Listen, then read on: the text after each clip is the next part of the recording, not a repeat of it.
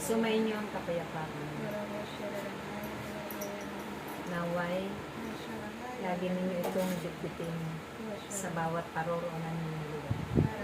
Kung saan kayo pinahayo ng Diyos at ang pag-ibig niyo, pagalakan. Dahil sa tuwing kayo'y makikita at mapagmamasdan ng inyong mga kapwa-tao, na kayo ay puno ng kasiyahan sa inyong mga buhay. Sila ay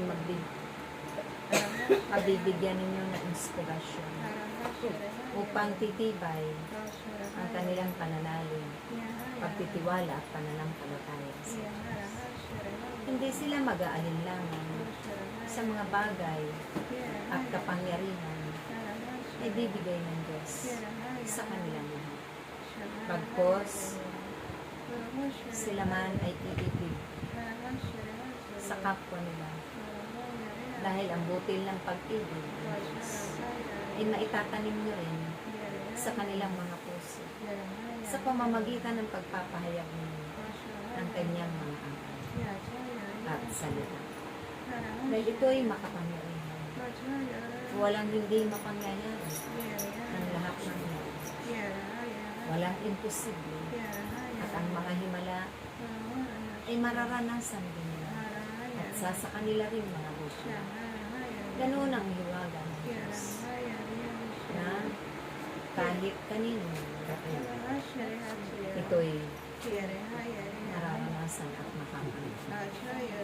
Kaya aking na huwag kayong hihinto sa pagpapalaganap ng pag-ibig ng Diyos, sa pagbabahagi ng lahat ng kabutihan ng Diyos sa inyong mga kapwa-tao. Higit doon sa nagdiringan ang kanilang kaisipan. Kayo ang magiging liwanag nilang lahat dahil matatanglawan ng liwanag na nagmumula sa Diyos.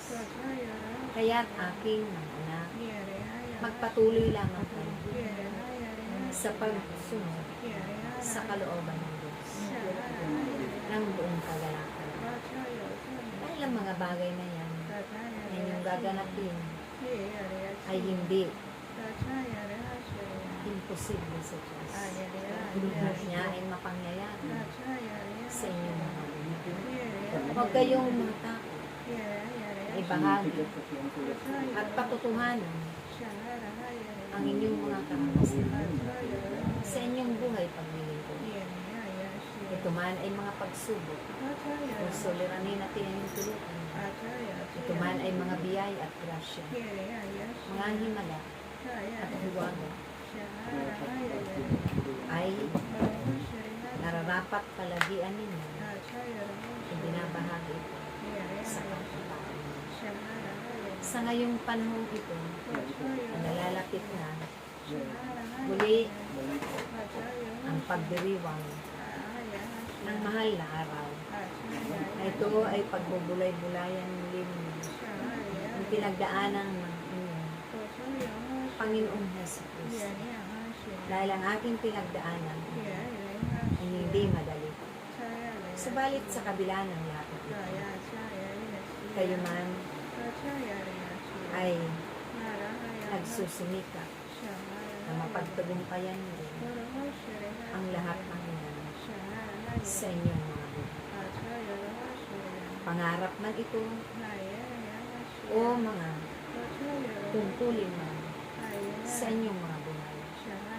Ito'y pinagsusumikapan namin dahil nauunawaan namin kung ano ang kagustuhan ng Diyos at kung ano ang mga pangarap niya sa bawat isa sa inyo. Ganun nga ang nararapat aking mga anak. Naway wag ninyong tularan ang mga nasa banal na aklat at tagapagpahayag ng mabuting balita. Ang mga pariseyo at mga eskrib. Alisin ninyo at ipaalis sa Diyos ang mga pangit na pag-uugali.